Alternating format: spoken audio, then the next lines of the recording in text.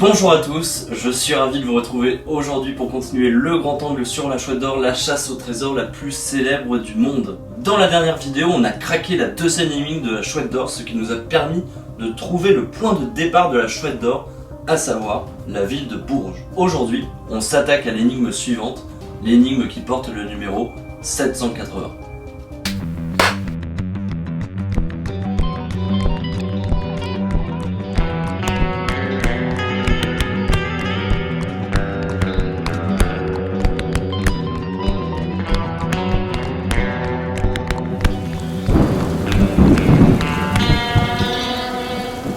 D'abord, l'énigme 780 s'intitule Premier pas.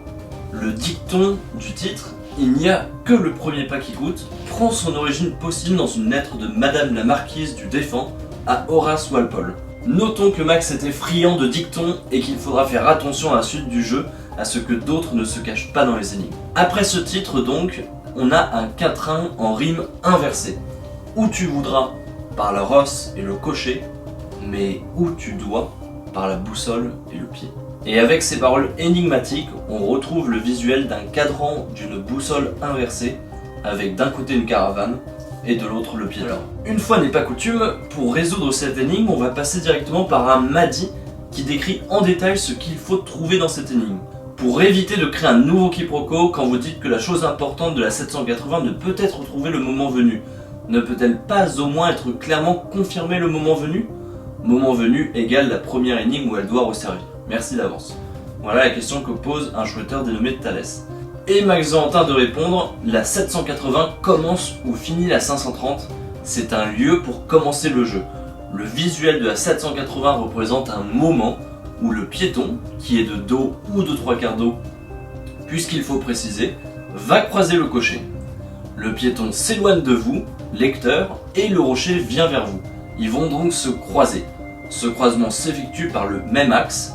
La boussole est représentée telle qu'elle serait dans votre main et est utilisée par l'un des personnages. L'aiguille de cette boussole n'est pas totalement stabilisée encore, mais en voie de stabilisation. Ce détail a une importance toute relative car il n'est pas possible sur le dessin d'une boussole d'être d'une précision absolue. Elle indique donc une direction. Au bout de cette direction, il y a évidemment une destination, mais cette destination ne peut être trouvée dans la 780. Elle sera découverte dans l'énigme suivante. Autrement dit, cette direction pourrait être la clé de la 780. En plus de cela, il y a autre chose à trouver dans la 780, bien plus important et qui resservira plus tard. Voilà, je crois n'avoir rien oublié, amitié, Max. Or, si on revient sur la dernière énigme, on avait trouvé Bourges, c'est donc notre point de départ. Pour une fois, Max Valentin a été extrêmement clair dans ses instructions, et c'est de celle-ci dont nous partirons. Il faut donc trouver deux choses. La première, c'est la direction, mais celle-ci nous est donnée directement, c'est le sud actuel. Donc de Bourges, il faudra partir vers le sud, mais vers une destination qu'on ne connaît pas encore et qu'on trouvera dans l'énigme suivante. Il ne s'agit pas toutefois de tracer une droite Bourges-Sud, car comme l'a dit Max plusieurs fois, c'est une direction générale et la boussole n'est pas parfaitement stabilisée. Et la seconde chose à trouver est ce qu'appelle Max Valentin la chose importante. Et celle-ci a été notamment résolue, on vous explique comment. L'énigme nous pousse à suivre la boussole et le pied plutôt que la rosse et le cocher. Les deux personnages du visuel personnifient cette opposition qui traverse toute l'énigme. Max a d'ailleurs confirmé le fait, même si ça a fait débat, que le piéton est montré de dos et donc se dirige vers le sud en croisant le cocher. Ils sont donc totalement opposés. C'est là que la majorité des chouetteurs a fait le lien avec la chose importante dont parlait Max Valentin. Cette chose importante, c'est la mesure qu'on utilisera tout le long de la chasse. En suivant cette logique, on arrive à lier les éléments précédents entre eux. Le cocher allant dans la mauvaise direction a le mauvais étalon, car la définition même d'un mauvais étalon, c'est une rosse. Le piéton allant dans la direction opposée a donc la bonne mesure, et en suivant l'énigme, nous parlons du pied et le fait que ce soit un piéton qui va donc à pied, cela nous donnerait le pied. Le pied est donc la mesure de la chasse en suivant cette logique. A savoir que le pied, donc la mesure métrique, c'est 33 cm.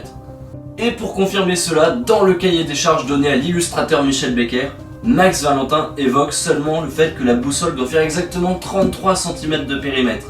Et lorsqu'on la mesure, la boussole fait bien 33 cm de périmètre. Maintenant qu'on a traité la partie tangible de l'énigme, lançons-nous dans les théories qui peuvent être engendrées par l'énigme.